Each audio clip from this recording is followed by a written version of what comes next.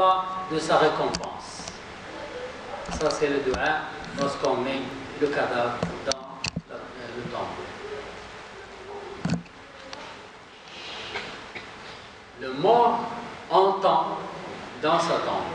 Il entend les gens. Après la bataille de Badr, le prophète sallallahu alayhi wa sallam appelait les mécréants qui étaient enterrés dans le Toleb. Le Toleb, c'est un puits.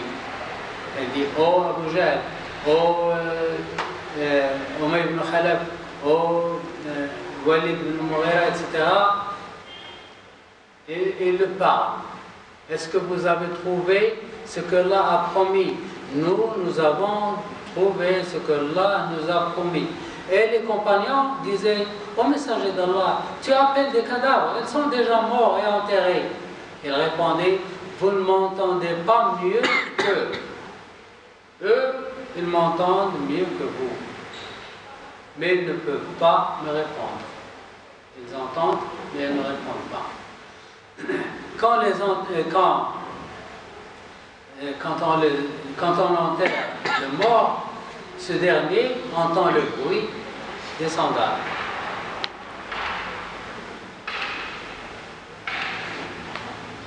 Après l'enterrement d'un compagnon, le prophète sallallahu alayhi wa sallam a dit: demandez la miséricorde à votre frère et demandez qu'Allah la ferme. On est en train de l'interroger maintenant. Dès qu'on le met dans la tombe et on cache la tombe, les deux anges arrivent et le mettent assis, et même son front frappe le plafond et le met assis pour le questionner. Amr ibn al-As, un compagnon du prophète, Amr ibn al-As a dit: après avoir m'enterré, jeté beaucoup de terre sur ma tombe, puis resté à côté de ma tombe le temps d'égorger un mouton, c'est-à-dire une demi-heure. Le temps d'égorger un mouton et distribuer sa viande. Votre compagnie me rassure pour bien répondre les messagers d'Allah bien glorifiés, c'est-à-dire les anges de la tombe. Lorsque vous m'enterrez, ne partez pas avec les gens, restez à côté de moi. Ça me rassure. Et Omar al-Khattab a dit au prophète, lorsque nous sommes morts et les anges arrivent, est-ce que j'aurai mon savoir, ma connaissance? Et le prophète sallallahu alayhi wa sallam me dit: oui. Il dit: d'accord, bien, je n'ai pas peur. Si je garde mon savoir et si je garde ma connaissance, je n'ai pas peur des anges. Est-ce que ce hadith est vrai où on dit que lorsque Omar ibn Khattab est mort, les anges sont venus, ils lui ont demandé Man Rabbouk, il a rétorqué en disant Man Rabbouk comment? Est-ce que ça c'est vrai ou... Non. Il a dit: si je garde ma raison, je n'ai pas peur des anges. Il a reporté au sujet de Ahmed ibn Hanbal. Ahmed ibn Hanbal est mort. Et lorsqu'il est mort, son fils, Mohamed, a rêvé. Il a vu son père et lui a dit: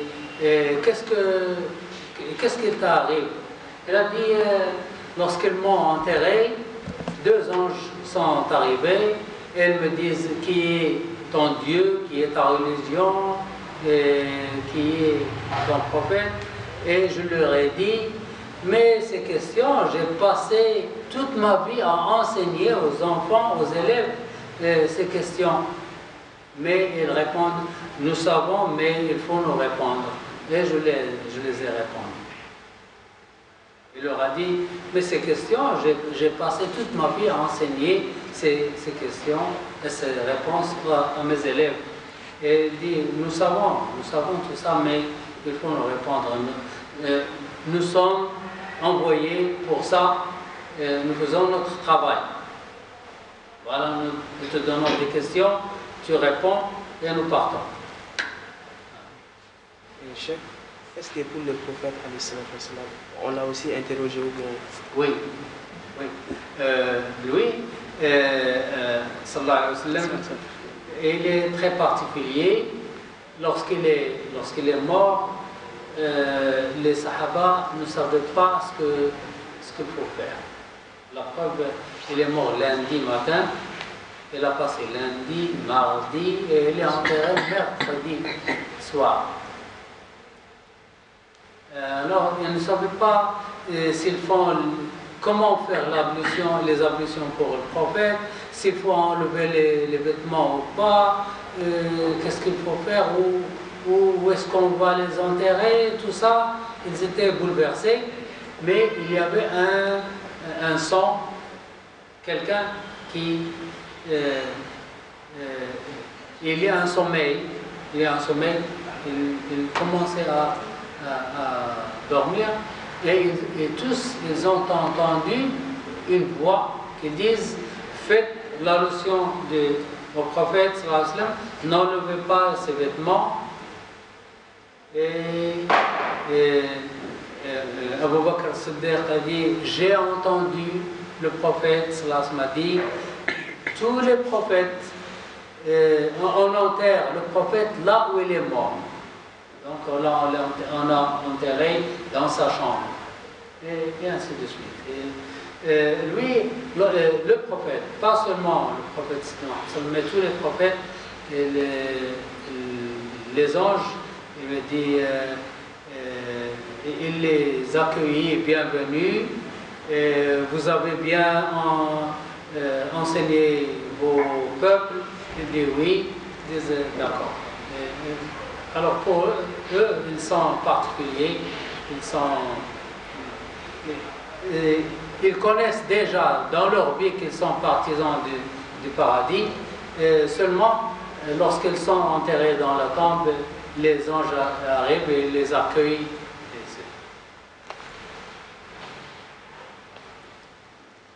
Voilà quelqu'un qui, debout, après l'enterrement de quelqu'un, il fait les invocations.